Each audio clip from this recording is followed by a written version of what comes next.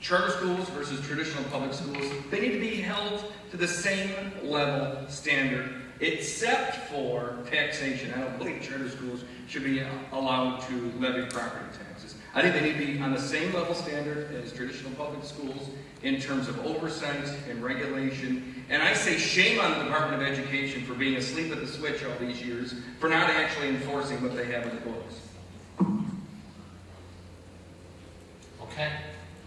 We'll move on, and it's Joe's turn. In many congressional, state representative, and state senate districts in Michigan, elections are basically decided in the August primaries, due primarily to the way the districts are drawn, resulting in more districts with a distinct party lean one way or the other.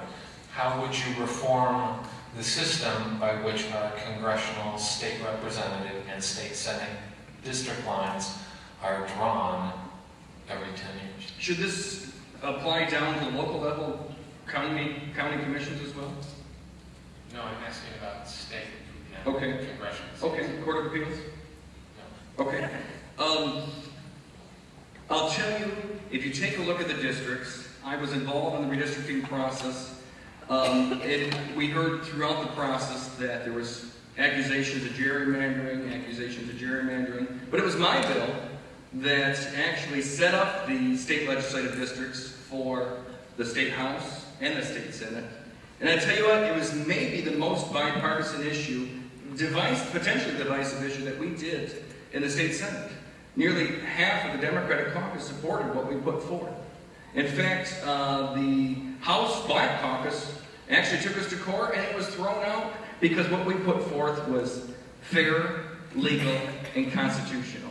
And if you can, I'm completely open to the concept of, if you can find me a way of a commission or what have you to take politics out of the process, I'm completely open to it. But you'd have to convince me that politics would be taken out of the process of a nonpartisan commission or what have you. Sure. Well, first of all, the court didn't necessarily decide anything was fair. What they decided was that it was within the bounds of the law, so that's what the court's arguing, the Court of Appeals is required to do. We are talking about gerrymandering, and if we want to get out of gridlock both in the state government and the federal government, we have got to get rid of gerrymandering.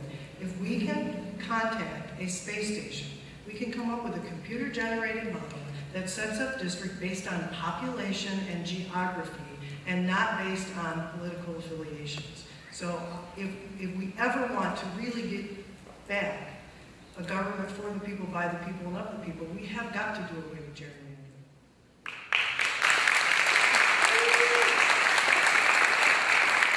Joe, my follow-up for you is the current system of redistricting is that the legislature draws its own lines. Isn't it a conflict of interest for lawmakers to draw their own districts? Again, find me a system where you can take politics completely out of it. Other states have a commission that's appointed by the governor or the Speaker of the House or the Senate Majority Leader or the minority leaders. Find me a system that can take politics out of it, and I am completely open to it. And in fact, if you take a look at our congressional maps, what we have in place, I would proudly argue that the Voters' Rights Act forces us to gerrymander and reach different bizarre-looking districts for our congressional maps. Shari, are you proposing that a computer draw districts? Yeah, I am. I'm proposing, first of all, when I'm elected, or if I'm fortunate enough to be elected, I'm not going to come to you and say, find me a system. That's my job as an elected official, is to find a system that's fair for everybody. Why haven't they found a system that's fair? Because it's been successful for them. And both sides do it. This isn't just the Republicans who gerrymander. The Democrats do it when they're in power. It is our job to find a system that is fair. And I cannot imagine, I'm not a computer tech, and I'm probably barely computer literate, but I have to believe that we could design a computer program that could take populations and geography and characteristics of different communities and put together a blind district? Blind in terms of political leanings. I'm sorry, I asked the wrong question. I think... I liked my answer. I believe that the fact of the matter is that the districts are all drawn by computer now. And they get multiple maps out of the system and then have to decide between the various districts that they have.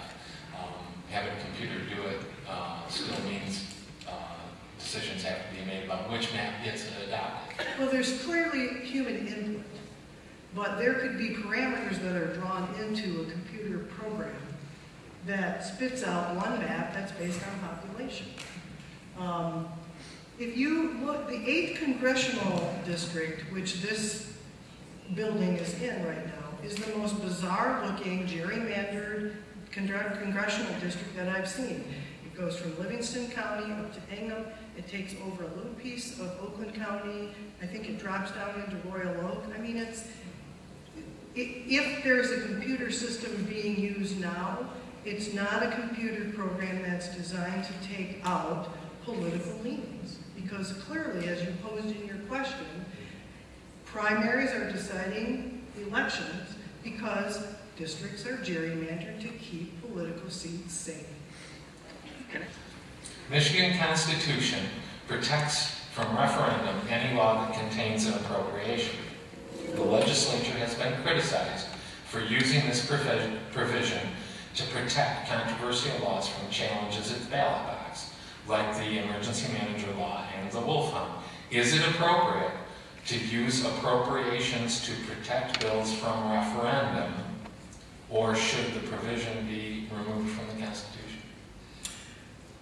I would like a third option, which is that appropriations not be used to prevent referendum, just based on good faith policymaking.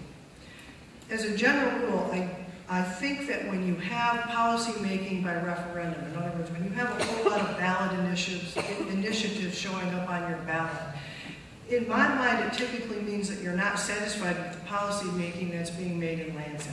And I don't generally support policymaking by referendum. I would rather see thoughtful policymaking by our elected representatives.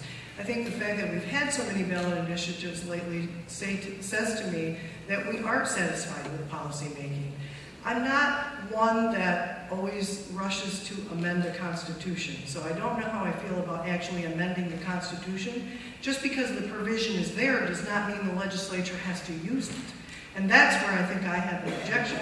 The wolf hunt, for example, the troubling thing about that is that the explanation given to the public for basically ripping the ballot initiative from the people was that we were going to put it in the hands of scientists. Yet it's my understanding that the National Resource Commission, appointed by the governor, doesn't have a single scientist on it. So, again, you get into playing politics with things, and that's, they didn't have to attach appropriations to it. Joe? In reference to the wolf hunting, I don't think there was an appropriation attached to it, was there? I thought there was. Okay. I apologize, I don't recall exactly. It's come up a few times in the past few years. But I think there's some legislation as we go forward that's introduced, if I'm not mistaken, that would amend the Constitution to say an appropriation doesn't necessarily hinder the voter sentiment if things change in the future. I probably would support that. I haven't given it too much thought about that. So I think, yes, I probably would support that.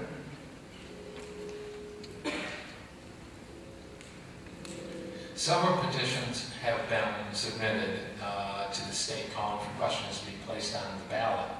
The Abortion Insurance Opt-out Act, wolf hunting, increase in the minimum wage, only to have the legislature enact the proposals directly. Once a successful petition that has been submitted to the legislature, shouldn't it be the state's electorate that makes the decision? And I think, Joe, you go first this time. Yeah, the Constitution, but I don't remember when it was put in place, 1963, 68, somewhere in that time frame, allows for the legislature, if an organization or an entity or individual comes forward with a sufficient number of signatures, the legislature can act on that question. So again, maybe the thing to do is amend the Constitution to say the legislature can act, and it would automatically go to the ballot. And I haven't given that much thought, but maybe open to that. Sure. Well, there again, can act. The legislature did not have to act, did not need to act. It could have allowed each of those ballot initiatives to go forward because the people have collected the sufficient signatures to say we want to have a voice on this. Again, I think it's poor policy making, and I don't think that the legislature should have taken those measures away from the people, particularly on the, well, not all of them, but particularly on the minimum wage. Because what the legislature did was not only take the ballot initiative away from the people, but they usurped the people's right to institute a higher minimum wage than what the legislature wanted to see in place. And that passed strictly on partisan lines. So you have a GOP that's in charge of the state government for the last 4 years.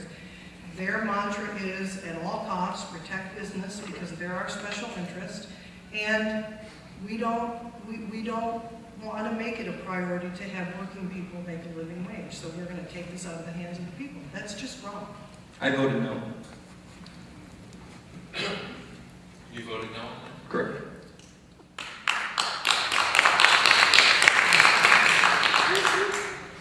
The Michigan legislature passed the so-called Abortion Insurance Opt-out Act.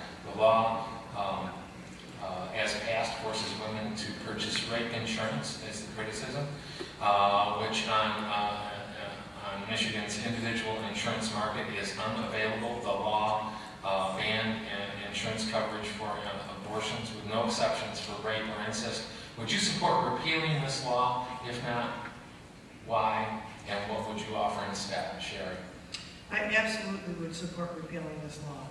I don't know about you ladies in the audience, but I am tired of being legislated based on my gender. I do not need the government. I do not need the government to intrude into my private relationship with my private insurer for a policy that I'm paying my private dollars for to tell me what can and cannot be in that policy. This ultimately will be a giveaway to the insurance companies because now for coverage that would have been in this policy under most normal circumstances, women now have to anticipate either being raped, having a daughter that's a victim of incest, needing an abortion for the purposes of saving her life. That woman now has to go and buy an additional insurance rider. So you think that the insurance companies are going to give that rider away for free? No, they're going to charge you for it. So absolutely, I do not need the government in my private life. Second.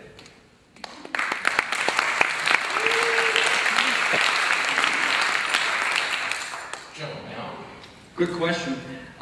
I support it. I voted for the bill. I believe, or the issue, I believe it was the right thing to do. Largely because I did not want to see our taxpayer dollars going to funding abortion. That's what it boiled down to. That was the crux of the issue. My microphone still on? Yes. Okay. That was the crux of the issue.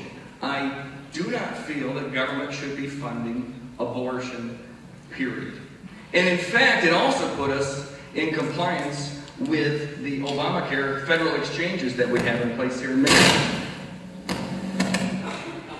Repeat that last one. It also put it into compliance with the Obamacare federal exchanges that we have placed here in the insurance marketplace in Michigan. There was some noise I couldn't hear. The rate of uninsured people in Michigan has fallen since the passage of a measure expanding eligibility for Medicaid. Many Livingston County citizens were also insured for the first time. What measures would you propose to provide insurance for more Michigan residents? Joe, you get to start. I think it's about providing an affordable product. And in fact, the legislature probably ought to go and take a look at the mandates that we have in place that drive up the insurance prices for our folks here in Michigan. We've got probably 24 mandates that every time the state legislature tacks on an additional mandatory coverage, it just increases costs to Michigan residents. And ultimately, lowers the number of uninsured individuals here in Michigan. But I'll tell you what, we caught a lot of flack. I opposed the Medicaid expansion, and I'll tell you that again and again, largely because of the cost. And it's wonderful to be able to provide health care to individuals or expand this health care. But I tell you what, when we're looking at a national debt of nearly $18 trillion, combined state and local debt of over nearly $3.5 trillion in this country, that's what's pretty scary. We need to take a look at our fiscal house as a nation and show a little more restraint as we go forward. Sure. Well, actually, when the headline of our local paper quoted Senator Hune as finding Medicaid expansion nauseating, that was probably the straw on the camel's back that made me decide to run. I do not find it nauseating to extend access to medical service to the working poor. You know, a good number of people who receive public assistance are actually working at minimum wage jobs, but they can't afford health insurance because they don't earn enough money. It isn't Senator Hune's responsibility to make policy at the state level based on what his perception is of federal debt.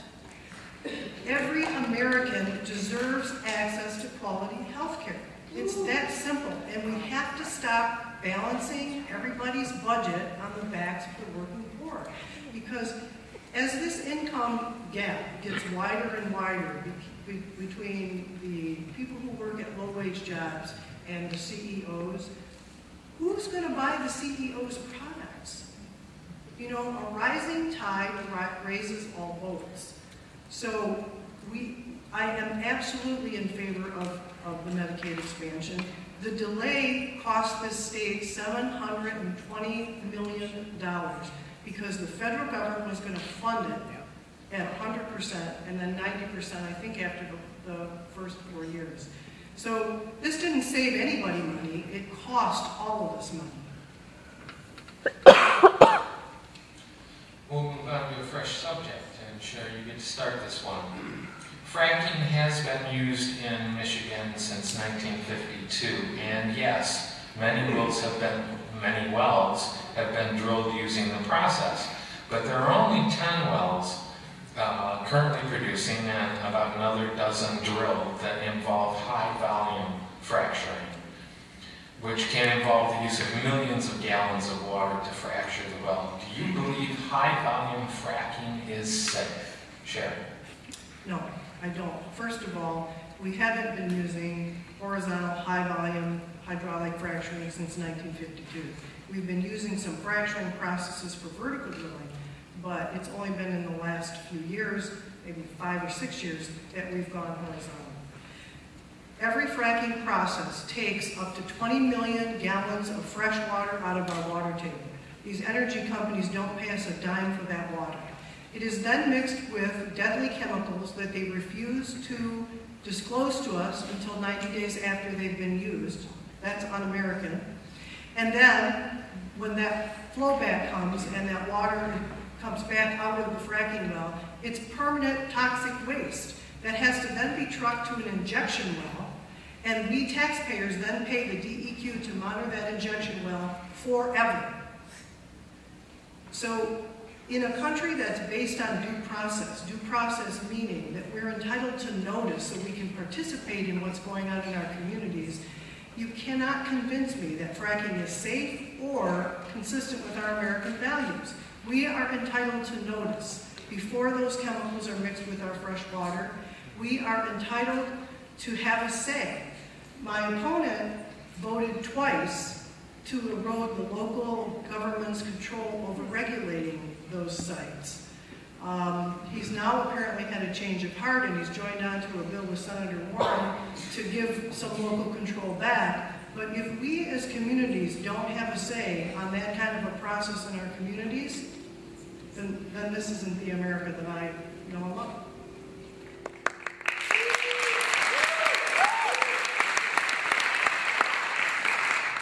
Joe. Good question.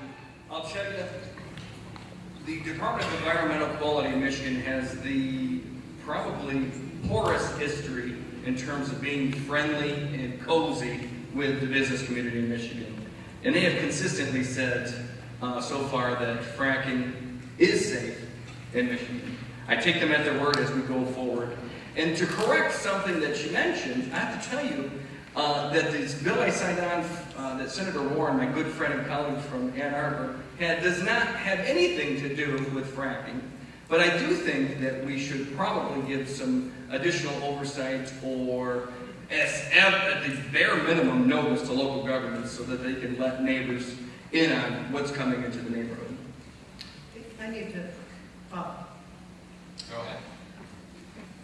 The mission statement for the Oil and Gas Division of the DEQ has recently changed from being a mission of preserving our natural resources for the public good to promoting oil and gas value. Second, this division is the only division of the DEQ that's funded solely by the permits and inspections that it does on these wells. That's a conflict of interest. Second, the statute that I am referring to from the Zoning Enabling Act does have to do with fracturing because it's the local community's ability to regulate noise, air pollution, dust control around any fracking site as well as around any sand and gravel site, mining site. So that is the statute and it does implicate fracturing. Joe, you get a chance to respond. Oh yeah, the legislation I'm referring to is Senator Warren's legislation that I've signed on to, has nothing to do with fracking. Okay, my follow-up is that a University of Michigan study concluded that little monitoring of high-volume fracturing wells is actually being done. So it is difficult to know whether environmental problems have resulted. Would you support increased monitoring of high-volume fracturing, Joe? Sure, yes. Sure. It's hard for me to support more monitoring when I don't support fracturing. What I do support is a different way to fund the DEQ so that its mission is to protect our resources for us instead of promoting oil and gas. And if fracturing is going to occur, then we do have to allocate more money so that we can properly monitor not only the fracking wells, but also the injection wells where this permanent toxic waste is being stored. I have another follow-up. Shari, frankly, you've already answered this. Do Michigan citizens have a right to know what chemicals are being used? Sure, yes. Yes. Okay. Yes. We'll move on. And I believe Joe gets to start this one.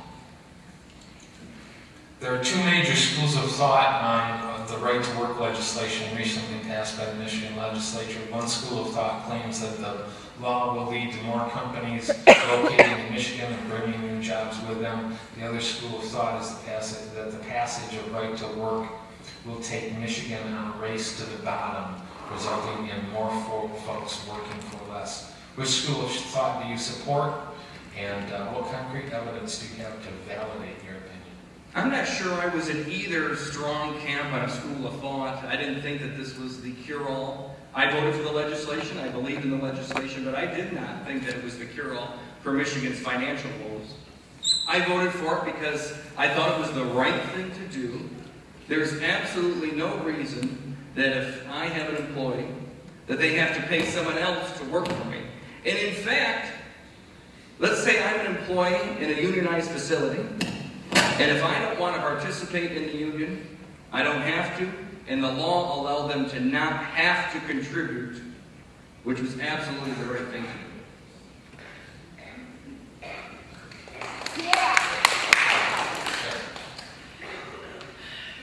Right to work was sold to the public. First of all, it was pushed through in lame duck in the dark of night with no public debate. In fact, people were locked out of the State House who wanted to come in and have a say about this.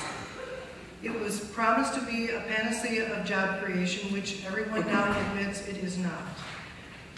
The right to collectively bargain is protected under the First Amendment of the Constitution. For the state government to now come in and say, we're going to intrude into, once again, bargaining contracts between employees and employers is another example of fixing what's not broke and government intrusion that we do not need. I believe that right to work was nothing more than an attempt to break unions, because unions typically tend to vote Democratic. And if we can break the stronghold of the Democrats, then the Republicans can stay in control. That's what I believe the purpose was. And I've actually heard from some Republicans who have admitted that it was their intention to erode the strength of unions. Now, unions built the middle class in this country. Unions are not perfect. Unions started, maybe lost their way in terms of providing customer service. I do believe unions have a role to play going forward in our economy, and I do believe that they have to, in many respects, improve their customer service. But that doesn't justify government intrusion into someone's First Amendment right who has joined a union under collective bargaining rights that are protected under the First Amendment. My follow-up.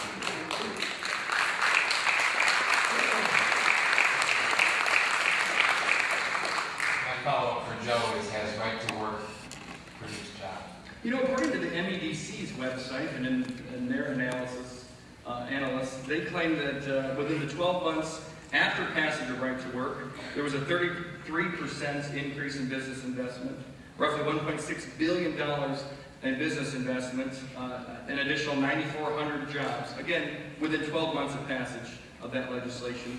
And I was never, ever on the stump saying that this was the panacea, the cure-all for Michigan's economy.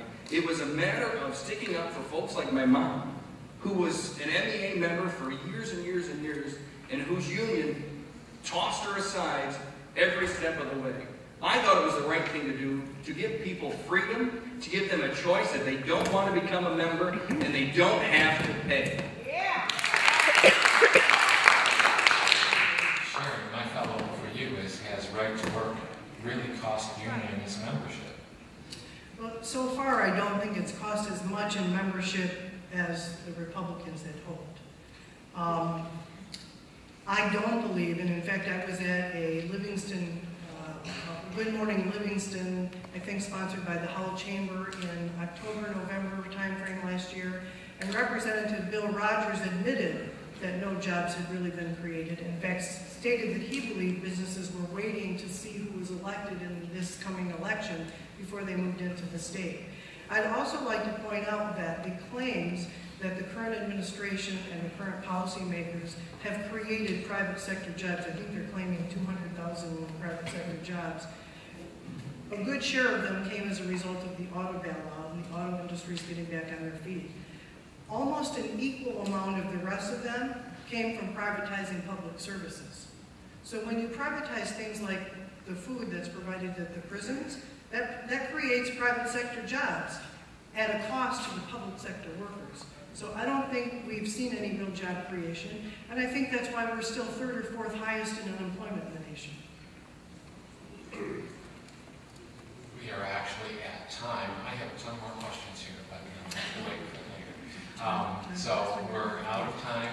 Time for closing statements, 2 minutes each. Shari, you get to start. Joe will have last. Elections really aren't about Senator Hune and I. The elections are about you and what your families need. We have to do better for you and your families, and if I'm elected in Lansing, I promise to fight for families.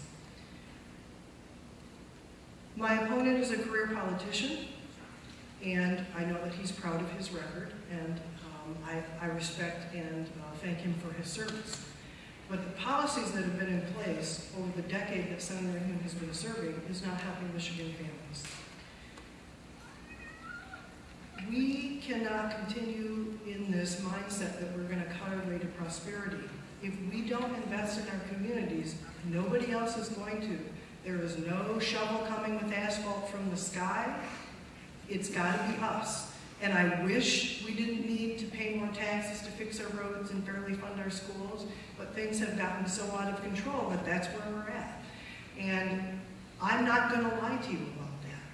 Now, how do we spread that tax burden so that it doesn't disproportionately affect the working poor and the elderly. That's one of the reasons why I support a luxury tax instead of just raising the gas tax. You know, the working poor tend to drive further to get to work. They tend to drive older cars that are less efficient. I think seniors tend to drive bigger, heavier cars, so they tend to be less efficient.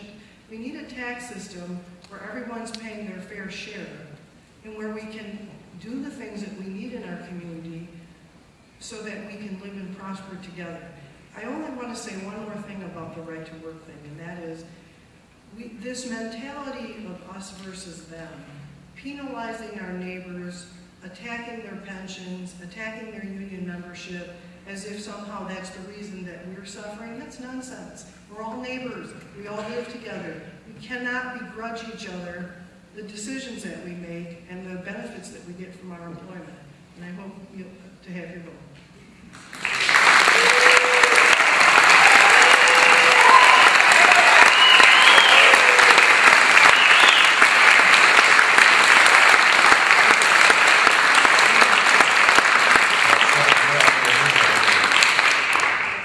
I didn't even hear what you said. I said, let's let Joe make his closing. Thank you so much again for the invitation to be here. Thank you to all of you. It's been an absolute honor, like I said before, to serve this wonderful community, and I look forward to doing it again come January 1st. Again, taking a look back, with this administration in Lansing, and my colleagues in the legislature and beyond, we were literally eliminating 2,000 regulations off our books up until this point as we go forward. We did some significant welfare reforms that have been needed for decades. Telling able-bodied individuals the only duration that you're allowed to sit on welfare is 4 years. You're going to have to get up and get a job after that. Yeah. And then we also did requirement for community service in order to receive your welfare payment. Absolutely the right thing to do, folks. Absolutely the right thing to do. And then one issue in particular that affected so many in our community was this fungal meningitis issue. And I'll tell you, we went to work working with the Attorney General, Bill Schuette, the Snyder administration, and got some additional regulations in place to say, hey, what was in place just wasn't working, obviously.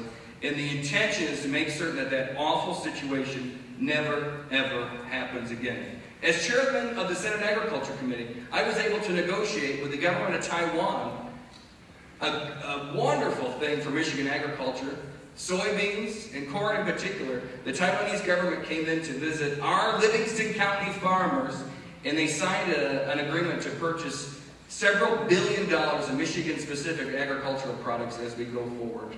It's an absolute boon for the Michigan economy, and it's a wonderful thing for our rural folks here in Livingston County. Again, thank you so much for the invitation to be here. I appreciate it. I look forward to serving you again. I've been honored to serve you, and I ask for your vote again. Thank you.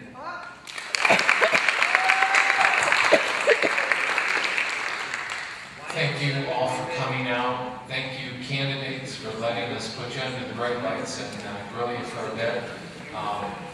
As you leave, don't forget to take your signs with you. We'll see you next week.